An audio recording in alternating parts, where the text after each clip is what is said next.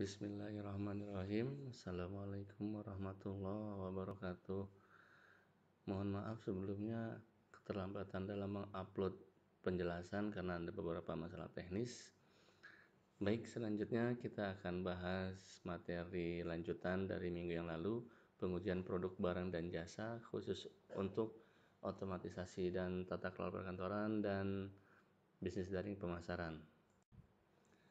Dalam pengujian produk barang dan jasa, ada pihak-pihak yang berperan dalam pengujian produk barang dan jasa, yaitu ada dua, pemerintah dan perusahaan. Pemerintah melakukan peran secara umum dalam pengujian produk barang dan jasa adalah menetapkan hukum yang menyatakan kewajiban produsen untuk menjelaskan dan menjamin keamanan produknya. Sehubungan dengan perangkat keras, pemerintah mengatur standarisasi perangkat keras dalam Peraturan Pemerintah Nomor 82 Tahun 2012 tentang penyelenggaraan sistem dan transaksi elektronik atau ITE. Nah, di pemerintah ini, pemerintah hanya mengeluarkan dari segi regulasi, dari segi legalitas, yaitu hukumnya. Pemerintah berusaha melindungi konsumen, rakyat Indonesia, sebagai pengguna akhir dari produk-produk barang dan jasa, sehingga pemerintah berkewajiban melindungi rakyatnya dengan mewajibkan para produsen untuk menjelaskan dan menjamin keamanan produknya. Ya. Nah, untuk perangkat kerasnya diaturlah dalam Undang-Undang Nomor 82 2012 tentang penyelenggaraan sistem dan transaksi elektronik. Kalau di sini saya kasih contohnya adalah untuk cara legalitasnya produk barang dan jasa adalah BSNP, Badan Standar Nasional Pendidikan. Nah, BSNP inilah yang akan menetapkan hukum-hukum atau legalitas dari sebuah sekolah, dari sebuah pendidikan. Bagaimana sekolah tersebut harus berjalan, apa kurikulumnya, berapa luas gedungnya, itu diatur oleh pemerintah. Luas satu kelas harus 8 kali 5. Nah, itu wajib dilaksanakan oleh sebuah sekolah. Nah, bagaimana pemerintah untuk mengetahui apakah sekolah itu melaksanakan atau tidak? Tiap 5 tahun sekali pemerintah melalui Dinas Pendidikan melakukan yang namanya akreditasi sekolah. Dicari atau dibuktikan apakah sekolah menjalankan aturan-aturan hukum yang diberikan, ya, apakah sekolah menetapkan atau menerapkan hukum yang telah ditetapkan oleh pemerintah melalui Dinas Pendidikan atau tidak. Contohnya kalau kalian lihat 5 tahun sekali ada yang namanya akreditasi sekolah. Nah, mereka itu datang ke sekolah, lihat gedungnya ada atau tidak, berapa luas kelasnya dan berapa muridnya dalam satu kelas. Itu diatur semua. Apabila itu tidak sesuai dengan aturan, maka sekolah dikenakan sanksi. Sanksinya bisa berupa sanksi administrasi ataupun sanksi denda dari segi uang. Ya, itu dari sisi pemerintahan. Sisi yang satunya lagi adalah sisi perusahaan. Perusahaan adalah menyediakan produk dan layanan sesuai dengan standar perusahaan. Artinya, perusahaan menetapkan standar fakultatif. Perusahaan tersebut menetapkan aturan untuk dirinya sendiri dan standar wajib yang dikeluarkan oleh pemerintah. Jadi contohnya seperti ini. Kalau contohnya di sini ada ISO, International Standard Organization, ada TÜV dari Jerman, dan ada CAN, Komite Akreditasi Nasional. Nah, sekolah kita sudah ISO. Apa artinya ISO? Semua pelayanannya sesuai standar dan semua pelayanannya sama. Ada aturan-aturan bakunya. Aturan bakunya ada yang aturan perusahaan ISO dan ada yang aturan dari Dinas Pendidikan. Dari Dinas Pendidikan apa? Tadi contohnya adalah dari sisi gedungnya. Dari sisi gedungnya itu harus 8 kali 5. Dalam satu kelas itu maksimal adalah 36. Itu adalah standar wajib dari pemerintah. Nah, standar fakultatifnya itu apa? Standar fakultatifnya dari ISO adalah ISO mengatur cara-cara atau prosedur-prosedur pelayanan terhadap siswa. Contohnya, apabila siswa itu terlambat hadir, bagaimana proses penyelesaian hukumannya. Apabila siswa tersebut berprestasi, bagaimana prosedur memberikan rewardnya. Nah, itu ada standar fakultatif. Artinya perusahaan atau sekolah menetapkan aturan untuk dirinya sendiri. Dan standar wajib mengikuti aturan yang ditetapkan oleh pemerintah. Jadi dalam satu sekolah kita punya dua aturan, aturan ISO dengan aturan Dinas Pendidikan. Yang mana yang dipakai? Kedua-duanya dipakai. Tujuannya untuk apa? Tujuannya adalah untuk lebih meningkatkan lagi pelayanan kepada para siswa. Nah, itulah pihak-pihak yang berperan dalam pengujian produk barang dan jasa. Kita lanjut kepada slide yang keempat, yaitu konsep benchmarking pada pengujian produk. Benchmarking, apa sih benchmarking? Benchmarking adalah proses pengidentifikasian praktek terbaik terhadap dua produk dan proses produksinya hingga produk tersebut dikirimkan. Jadi, dengan kata lain, benchmarking adalah proses membandingkan satu produk dengan produk lain dengan tujuan untuk mengetahui informasi dari produk yang dibuat. Contohnya, performance dari komputer dapat diketahui dengan menguji performansi dari hardware komputer seperti operasi CPU cepat panas atau tidak dibandingkan dengan produk lain.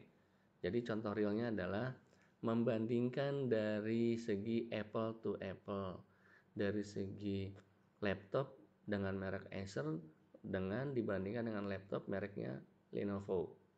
Nah, dengan spesifikasi yang sama itu dilakukan benchmarking dengan tujuan adalah kita mau melihat performance-nya yang mana yang lebih bagus. Apakah performance-nya dari laptop yang Acer atau performance-nya yang lebih bagus dari laptop Lenovo.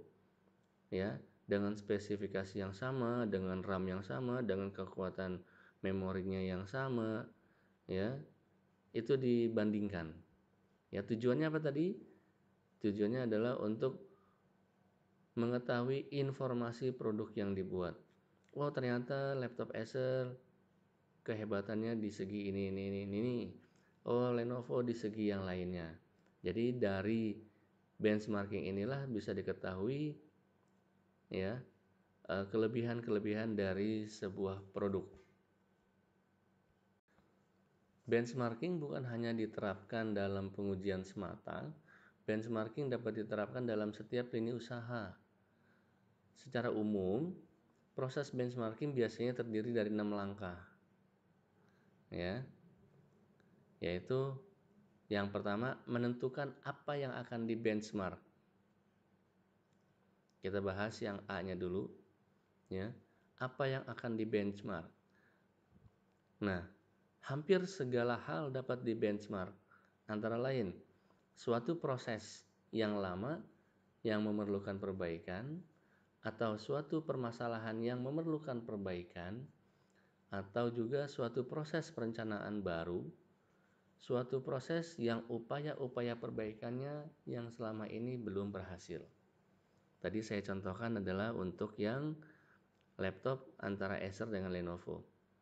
Nah, ternyata setelah di benchmark oleh pihak independen, oleh pihak yang tidak memihak pihak Acer ataupun pihak Lenovo,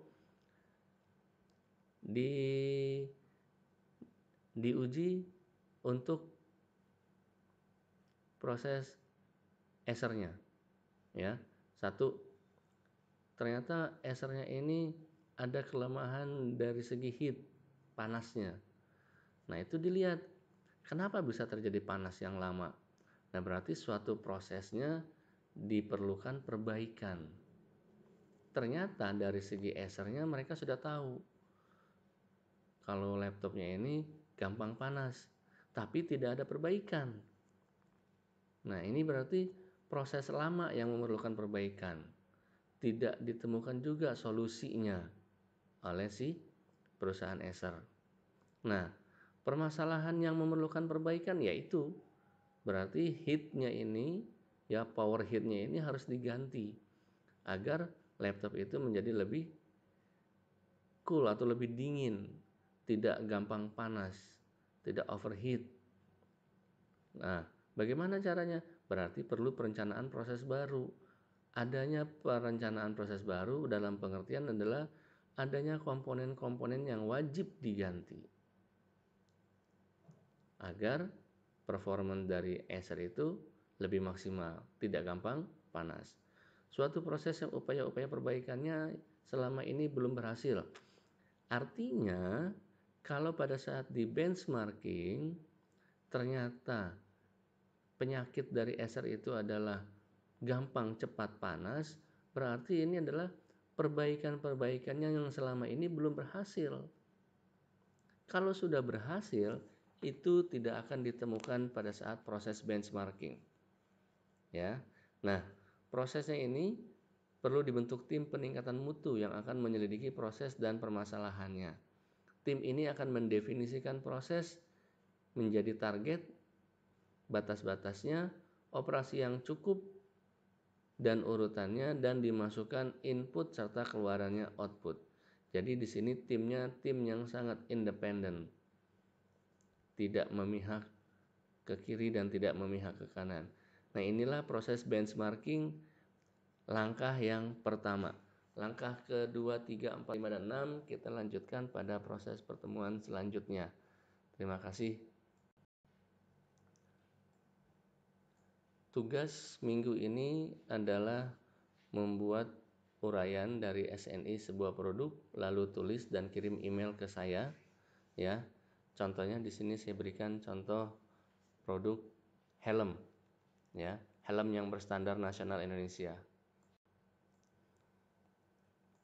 Untuk helm ada standar SNI-nya yaitu 1811/2007 dan amandemennya di SNI 1811/2007 di amandemen 2010 menetapkan adalah helm di pasaran baik dari sisi konstruksi dan mutu demi melindungi kepala.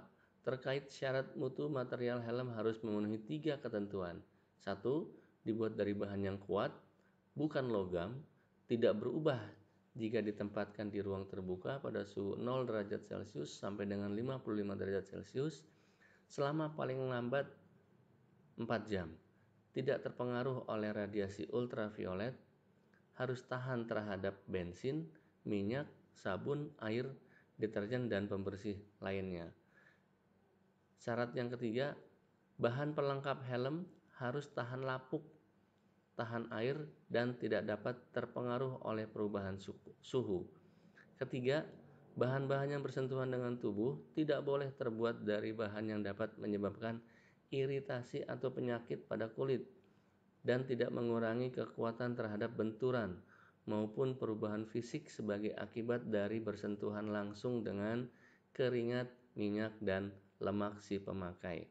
Artinya di sini sebuah helm harus dari bahan yang kuat, bukan yang logam, tidak berubah jika kena panas matahari selama 4 jam lebih, tidak terpengaruh oleh radiasi ultraviolet. Kalau kena bensin dia tidak akan meleleh, kena minyak dia nggak akan licin, kena sabun, air, deterjen, dan pembersih lantainya. Yang keduanya, bahan pelengkap helm harus tahan lapuk. Artinya tahan lapuk, bahan-bahannya, kain-kainnya itu harus tahan lapuk, tidak mudah lapuk, ya, tahan air, dan tidak dapat terpengaruh dari perubahan suhu. Dan yang terakhir adalah Bahan yang bersentuhan dengan tubuh tidak boleh terbuat dari bahan yang menyebabkan iritasi atau penyakit pada kulit. Contohnya kain di dalam helmnya, ya. Kalau setelah dipakai orang, maka kulit kepalanya akan sakit, benjol-benjol. Nah, itu nggak boleh. Ya, berarti menyebabkan iritasi atau penyakit pada kulit. Nah, inilah tugas yang kalian harus kerjakan di 1 minggu ke depan. Kalian cari, kalian googling, lalu kalian tulis dan kirim email ke saya. Alamat emailnya ada di slide ke-6. Terima kasih. Wassalamualaikum warahmatullahi wabarakatuh.